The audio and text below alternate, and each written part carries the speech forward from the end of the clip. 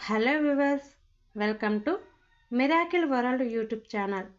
I am your Manusri.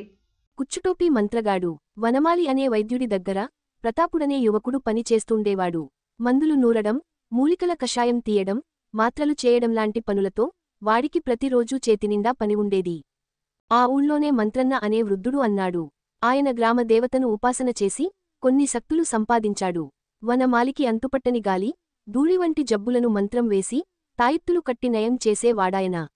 అలాగని వనమాలికి, మంత్రన్నకు పోటీ ఏమీ లేదు. ఇద్దరూ ఊరివారికి సేవలందిస్తున్నారు. ప్రతాపుడికి మంత్రన్న దగ్గర పనిచేయాలని ఉంది. వాడికి మంత్రతంత్రాలు నేర్చుకోవాలని మహాసరదా. అలా ఒకనాడు తన దగ్గరకు వచ్చి కోరికను వెలిబుచ్చిన ప్రతాపుడితో మంత్రన్న, నేను నేర్చిన మంత్రతంత్రాలు వైద్యానికి సంబంధించినవి.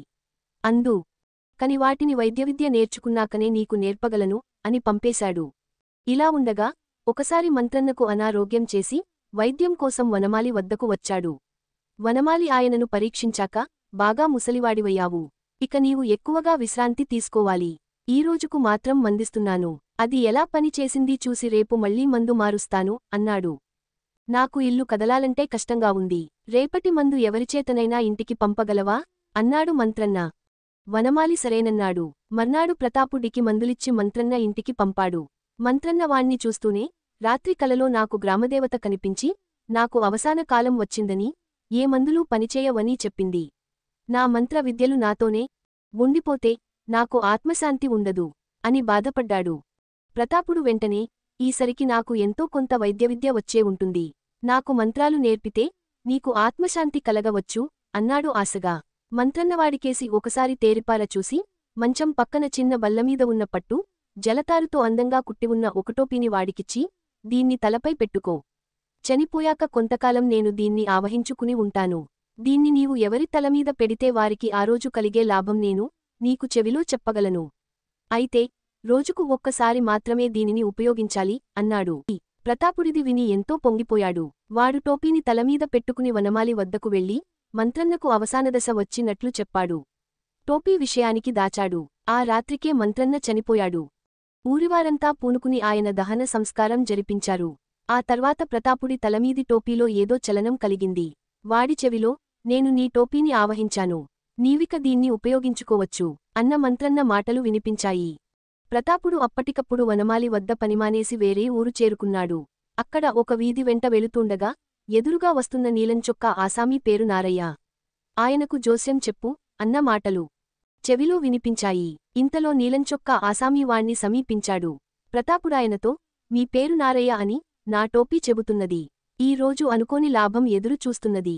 నా టోపీని మీరు పెట్టుకుంటే అదేమిటో చెప్పగలను. అందుకు ఫలంగా మీరు నాకు 200 వరహాలు ఇచ్చుకోవాలి అన్నాడు. తన పేరు సరిగ్గా చెప్పగలిగిన ప్రతాపుడి జోస్యం మీద నారయ్యలో కుతూహలం పుట్టి సరేనన్నాడు. ప్రతాపుడాయన తల మీద టోపీ పెట్టగానే, ఈయన వద్ద భూషయ్య అనేవాడు 2 ఏళ్ల క్రితం 1000 వరహాలు అప్పు తీసుకున్నాడు. ఆ మొండి బాకీ ఇవ్వాళ ఆమ వసూలవుతుంది అన్న మాటలు ప్రతాపుడి చెవిలో వినిపించాయి. ప్రతాపుడు నారయ్యకు సంగతి చెప్పి తన టోపీ తీసుకున్నాడు. ఇద్దరూ భూషయ్య ఇంటికి వెళ్లారు. ఆయన గుమ్మంలోనే నారయ్యను ఆప్యాయంగా పలకరించి, నేనే నీ ఇంటికి బయల్దేరబోతున్నాను. ఇదిగో వడ్డీతో సహా నీ బాకీకి మరి 200 వరహాలు అదనంగా చేర్చి ఇస్తున్నాను అంటూ డబ్బు ఇచ్చాడు. నారయ్య ప్రతాపుడు కోరిన డబ్బిచ్చి వాడికి విందు చేశాడు. ఇది తెలిసి చాలా మంది వాడి దగ్గరకు రాసాగారు. రోజుకొకరికి మాత్రమే ప్రతాపుడు కుచ్చుటోపీ పెట్టేవాడు. వాడి జోస్యం వల్ల కొందరికి ఆస్తి కలిసింది. కొందరికి నిధులు దొరికాయి. చాలా మందికి వ్యాపార ప్రయోజనాలు కలిగాయి. కొద్ది కాలంలోనే ప్రతాపుడు ధనవంతుడయ్యాడు. అలా ఒక ఏడాది గడిచాక ప్రతాపుడి చెవిలో, నా కారణంగా ఎందరికో మంచి జరిగింది. నా ఆత్మకిప్పుడు శాంతి లభించింది. నేనిక ఆ కుచ్చుటోపీ వదిలి వెళుతున్నాను అన్న మంత్రన్న మాటలు వినిపించాయి. ఆమర్నాటి నుంచి కుచ్చుటోపీలోంచి మంత్రన్న మాటలు వినపడడం మానేశాయి. ఇక తన జోస్యం ఫలించదని వాడు వచ్చిన వాళ్లకు చెప్పి పంపేయి సాగాడు. అయితే వాడి జోస్యంతో లాభసవాలని వచ్చిన కొందరు వాడిమీద దుష్ప్రచారం మొదలు పెట్టారు. ఎదుటివాళ్లకు లాభం కలిగించగల మంత్రశక్తి ఉన్నప్పటికీ వాళ్ళు బాగుపడుతూంటే చూడలేక వాడెవరికీ సాయపడడం లేదని పుకారు లేవదీశారు. ఈ పుకారు అలా అలా ఆ దేశపు రాజును చేరింది. ఆయన ప్రతాపుణ్ణి పిలిపించి వాస్తవం ఏమిటని నిలదీశాడు. ప్రతాపుడాయనకు మంత్రన్న విషయానికి చెప్పకుండా, ప్రభూ, నాకొక కుచ్చుటోపీ దొరికింది. దాని మహిమతో చాలాకాలం జోస్యం చెప్పాను. ఇప్పుడు దాని మహిమ పోయింది అన్నాడు. రాజుకు వాడి మాటలు నమ్మశక్యంగా తోచలేదు. ఆయన తీవ్రస్వరంతో, నీ టోపీకి మహిమ ఎలా వచ్చిందో, ఆ వచ్చిన మహిమ ఎలా పోయిందో చెప్పడం లేదు. దాస్తున్నావు అని దాపులనున్న మంత్రులను దూరంగా పొమ్మని రహస్యం చెబుకున్నట్టుగా ప్రతాపుడితో, నేను చక్రవర్తిగారి కడగొట్టు కుమార్తె విద్యుల్లతను వివాహమాడాలని నిశ్చయించుకున్నాను. అయితే ఆ సంగతి దూత ద్వారా కబురంపడం ప్రమాదానికి దారితీస్తుందని మంత్రులంటున్నారు. ఏమైనా ఆయన చక్రవర్తి గదా, అందువల్ల నేనిప్పుడొక సరికొత్త నిర్ణయం తీసుకున్నాను.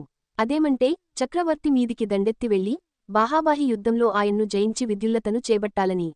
అందుకు ఈ ఖడ్గం తగు శక్తివంతమైనదేనా అంటూ కత్తి పైకెత్తాడు. రాజు మాటలు ప్రతాపుడికి దడపుట్టించినై చేసేదిలేక వాడు కుచ్చుటోపీని వణుకుతున్న చేతులతో ఆయన తలపై పెట్టాడు.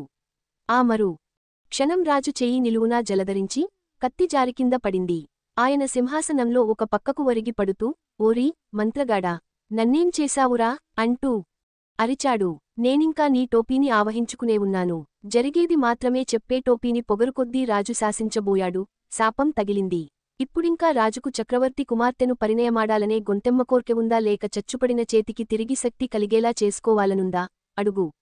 కోరుకుంటే టోపీ మహిమవల్ల చెయ్యి మామూలుగా అవుతుంది అన్నాడు మంత్రన్న. ప్రతాపుడు రాజుకు మంత్రన్న చెప్పింది వినిపించాడు. అప్పుడు రాజు, నాకు విద్యుల్లతా వద్దు, చంపకలతా వద్దు, నాకు కత్తిపట్టగల చేయే కావాలి అన్నాడు. ఆవెంటనే రాజుకు చేయి స్వాధీనంలోకి వచ్చింది. ఆయన కింద పడిన కత్తిని చేతిలోకి తీసుకుంటూ ప్రతాపుడితో, కుచ్చుటోపీ మంత్రగాడా, నీ కారణంగా నేనొక మంచి గుణపాఠం నేర్చుకున్నాను. శక్తి సామర్థ్యాలున్నవాడు అత్యాశకు పోడు, అవి లేనివాడి అత్యాశ పగటికల లాంటిది అని ప్రతాపుణ్ణి కానుకలతో ఘనంగా సత్కరించి వీడ్కోలు. ప్రతాపుడు తెల్లబోయి నిలువెల్లా వణుకుతున్నంతలో వాడి చెవిలో, భయపడకు, సమర్థులు కానివాళ్లకు మహిమలు వస్తే ఇలా జరుగుతుందని నాకు తెలుసు, అందుకే చెప్పాడు. For more videos, please like, share and subscribe to my channel and press the bell icon.